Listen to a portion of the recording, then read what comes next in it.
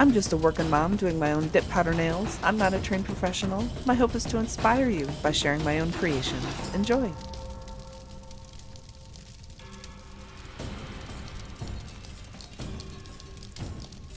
Thanks for joining me for another dip powder manicure. First step, rough up the surface of the previous top coat to remove the shine. A coarse grit file board could work, but I prefer using a Dremel. This helps make the soak off step quicker.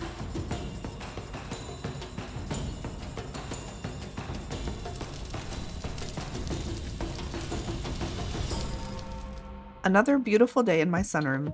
This is my tried and true, low-tech soak-off setup, basically creating a warm acetone bath to soak off the old dip powder.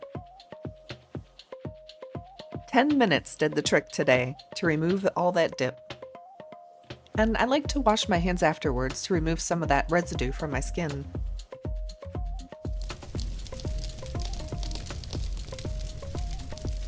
Before applying new dip powder, I prep the nail surface to ensure a good bond for a long-lasting manicure. After trimming and filing nails to preferred length and shape, I push back the cuticles.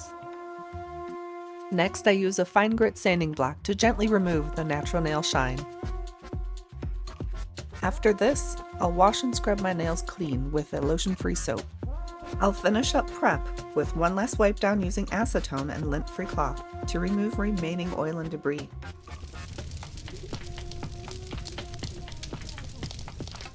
My creations begin with liquid base coat, build powder, and my trusty soft brush. I start application with a thin strip of liquid base coat down the center of the nail, not all the way to the cuticle. Then gently dip the nail into the build powder. Tap off the excess after dipping.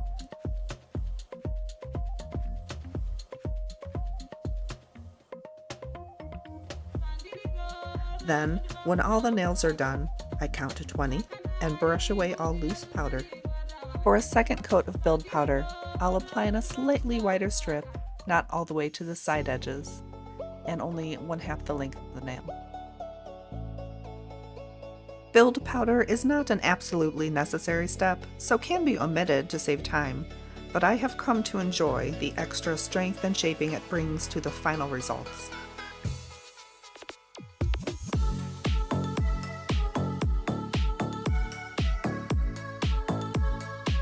I go 3 coats with the build powder. Call me crazy. This coat I'll now apply to about 2/3 the nail surface. I apply layers in a progressive manner to both lend shaping to the apex of the nail and to minimize the dip thickness at the cuticle.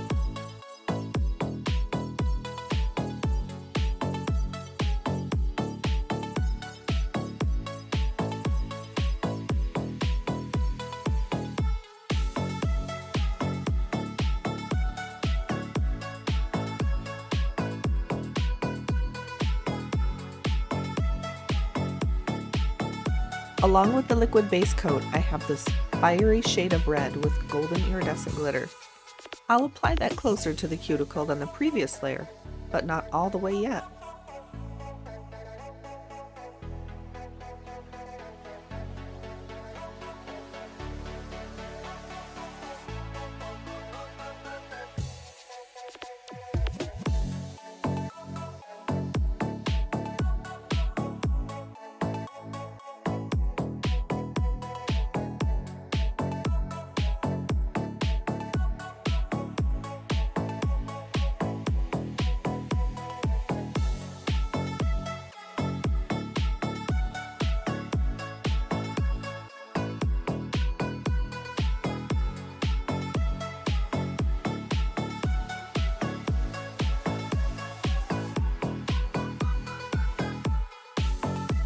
The second coat of color I'll apply to the entire nail.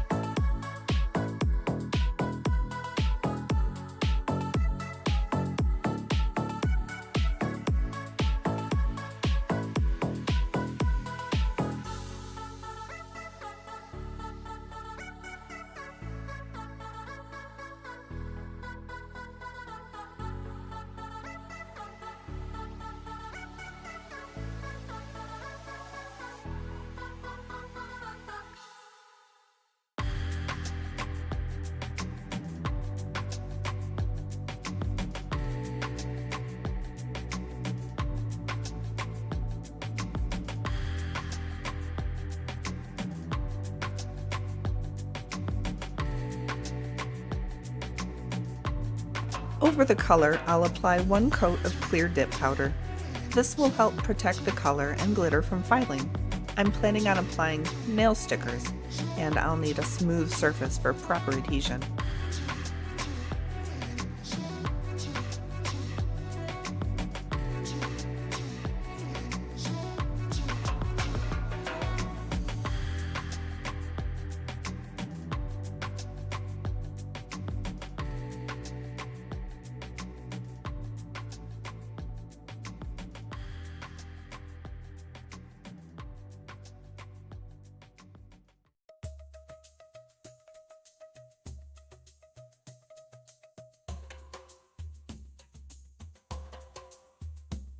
At this point, I'll apply activator to harden the dip powder. I let this set up for at least 10 minutes before starting to file. This is a good point at which to take a break if needed.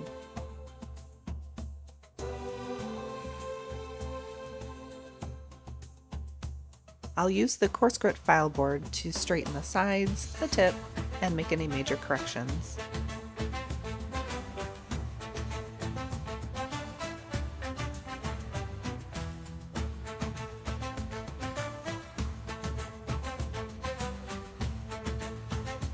A fine grit sanding block to smooth that over.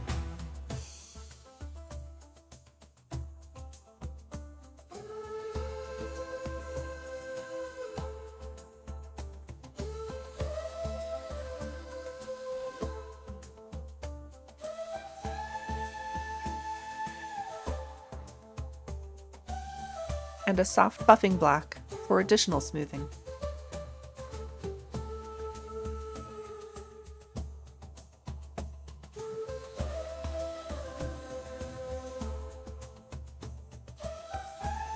I have my nail stickers and application tools ready, but first I'll wipe down the nails with alcohol to clean away all the dust, so the stickers have a clean surface to stick to.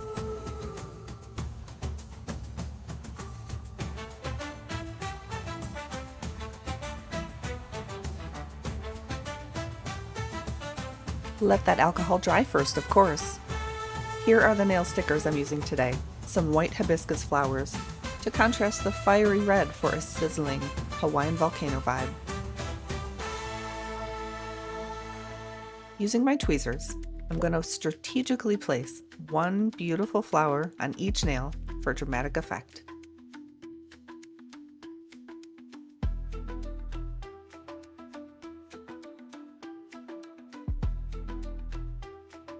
The smoothing tool ensures all areas of the sticker is well adhered.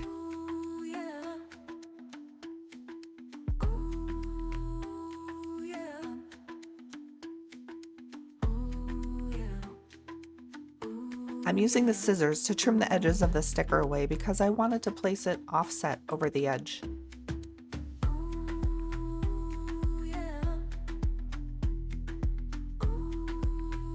That's a yes.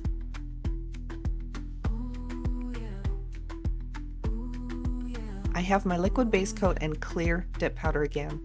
I will apply 2 coats to encapsulate and protect the stickers from a final round of filing. For the first coat, I don't go all the way to the cuticle, in a continued effort to minimize dip thickness there.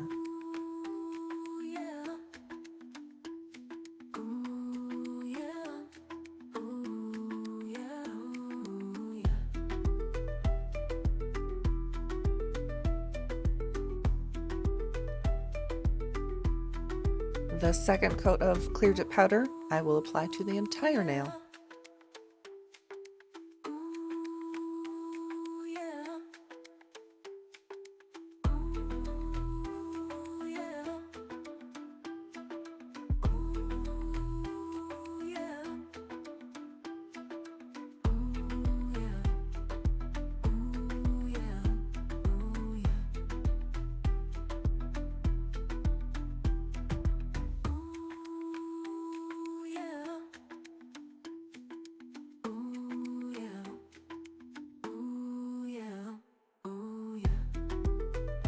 Applying activator to that clear dip powder I just applied to harden it, and then letting it set for at least 10 minutes to fully harden before I start the final round of filing.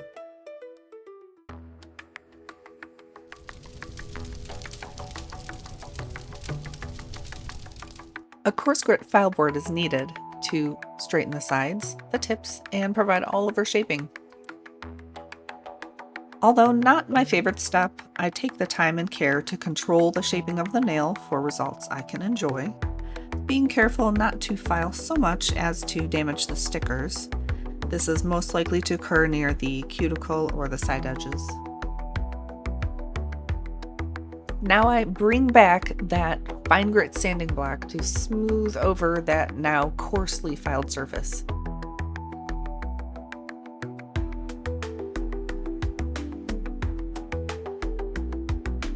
At this point, I've shaped them up.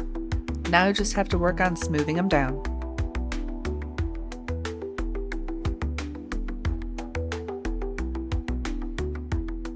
And for an even smoother finish, I'll use a buffing block as well.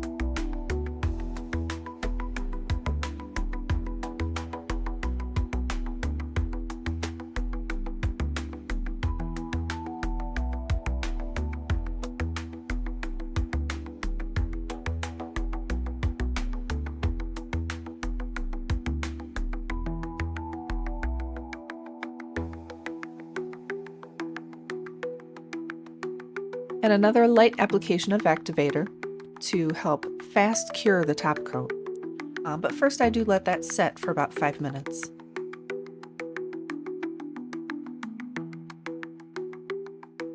And after that activator is time to set, I'll use a lint-free wipe to remove any remaining activator or dust.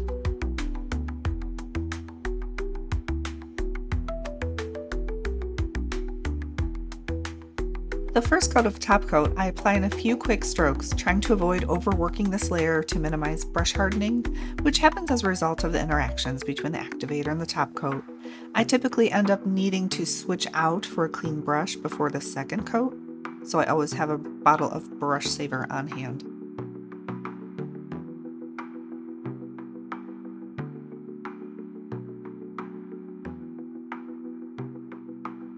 Second coat of top coat after only about 2 minutes and switching out for a new brush. I can spend more time applying this coat for a glossy Fire Goddess finish. After every manicure is complete, I take care of my hands by applying cuticle oil and a nourishing lotion because the skin does get dried out and roughed up. And just take a look at this. A fiery red with a golden glitter shimmer and contrasting white hibiscus flowers. Hot, hot, hot. Time for a luau.